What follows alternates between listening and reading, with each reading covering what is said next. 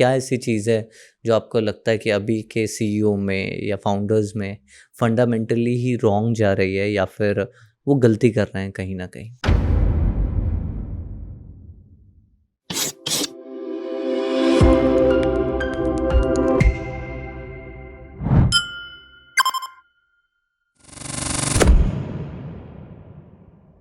कैसा है ना कि बिजनेसमैन गलत नहीं है ना, बिजनेस भी गलत है। बिजनेस तो पहली बात तो बहुत सिंपल है। बिजनेसमैन अपनी सोचों से उसको गलत बनाता है। जैसे कि आज एक स्टैटिस्टिक्स कहता है एक आम आदमी के लाइफ में एक दिन में 70,000 से 80,000 थॉट्स चलते हैं। तो आप सोचिए as a CEO of the company उसके दिमाग में कितना चलता होगा। वो सुबह उठता है ये सोच के कि मैं फेल नहीं होऊंगा, मैं आज कुछ अलग करके दिखाऊंगा, जबकि वो अपने ही जालों में फंसते जाता है, which is a mindset. True. And अगर स्टैटिस्टिक्स की बात करें 80,000 प्लस थॉट्स जो दिन में आते हैं उसमें से 12 या 15 ही यूनिक थॉट्स होते हैं। तो आप सोचिए हम हमारे ही जाल में कैसे फंस जाते हैं। True. That's what I keep on saying this, that business is very easy.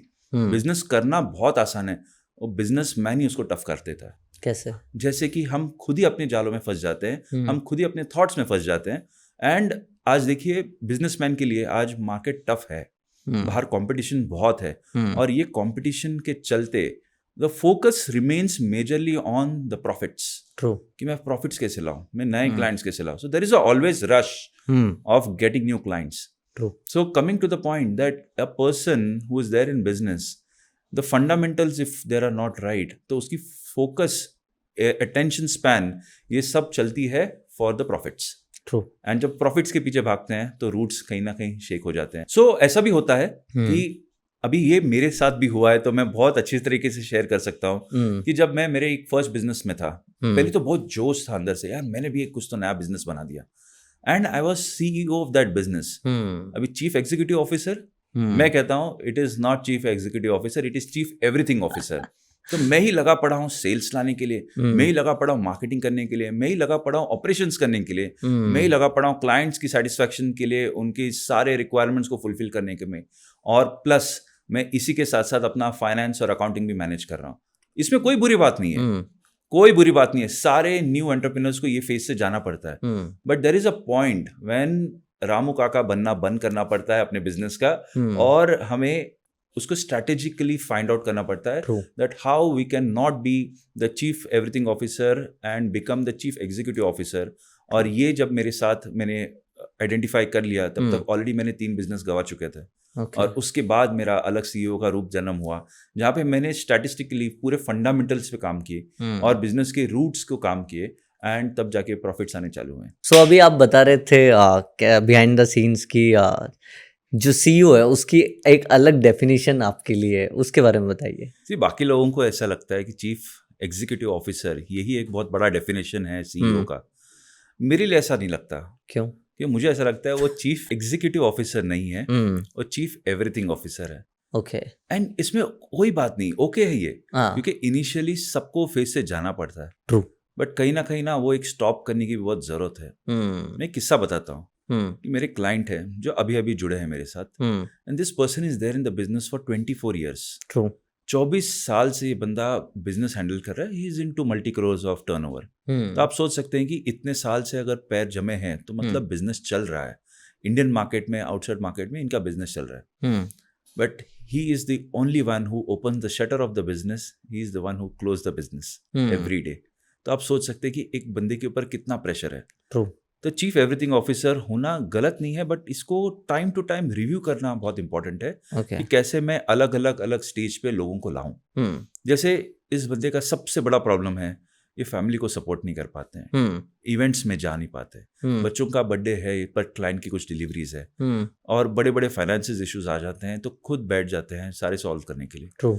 नए क्लाइंट्स के साथ जो डिस्कवरी कॉल्स होते हैं, मीटिंग्स होती हैं, जो पहले वाले रिव्यूज होते हैं, सारा चीज खुद कर रहे हैं। So, आज एक इस मुकाम पे आके रुके हैं कि मैं ना थक गया हूँ, मैं बिजनेस किसी को देना चाहता हूँ, मेरा बेटा मान नहीं रहा है कि मेरे बिजनेस में आए। So his biggest thing is, मेरा बेटा यही कह रहा है कि डैडी आप बिजनेस में हो, आप खुद इतने अटके हो, आपको छुटकारा पाने के लिए मुझे ला रहे हो बिजनेस में, तो मैं नहीं करना चाहता है बिजनेस, जबकि बिजनेस प्रॉफिटेबल है, but there is no liking. आपको मल्टीपल बिजनेसेस करने हैं या एक ही बिजनेस में आपको आगे बढ़ना है। Yes. अगर आपको कुछ भी सही और गलत नहीं है, अगर आपको मल्टीपल बिजनेस भी करने हैं तब भी आप क्लियर होने चाहिए। जी। आपको एक ही बिजनेस को इतना बड़ा करना है कि 7 पीढ़ियां बैठ जी। के खाएं, फिर भी विजन क्लियर होना Yes. चाहिए। और अगर आपको कुछ भी नहीं करना है फिर भी क्लियर होना चाहिए कि बस मुझे एक अच्छा पैसा बन जाए Exactly. और मेरा एक ऑटोमेटेड मोड पे Absolutely. बिजनेस चलता रहे। क्लैरिटी होना चाहिए सारी जगह पे, अपने लाइफ में, अपने बिजनेस में। तो यहाँ सही गलत कुछ नहीं है। कुछ नहीं है, कुछ नहीं है। ट्रू। इवन अ शॉप, जो ग्रोसरी ओनर वाला जो शॉप है, इवन ही इज हैप्पी कि वो बिजी है, बिजनेस में है। बट अगर कभी उनको साइड में लेके एक बार पूछ लें कि आपका सबसे बड़ा प्रॉब्लम क्या है आज, वो यही कहते हैं, छुट्टी नहीं ले पाता हूँ, ट्रू, गाँव नहीं जा पाता हूँ। गाँव जाना हो तो इधर शॉप की टेंशन फेस्टिवल होती है के टाइम पे सबसे हाँ। ज्यादा ही होता है। एंड एक ग्रोसरी ओनर है जिनसे मैं यूजुअली इतने साल से लेते आता हूँ, hmm, if he has to go out, वो अपनी शटर बंद करके जाता है। ट्रू। वो कहता है कि मुझे ट्रस्ट नहीं है कि मेरे जाने के बाद यहाँ पे क्या होगा।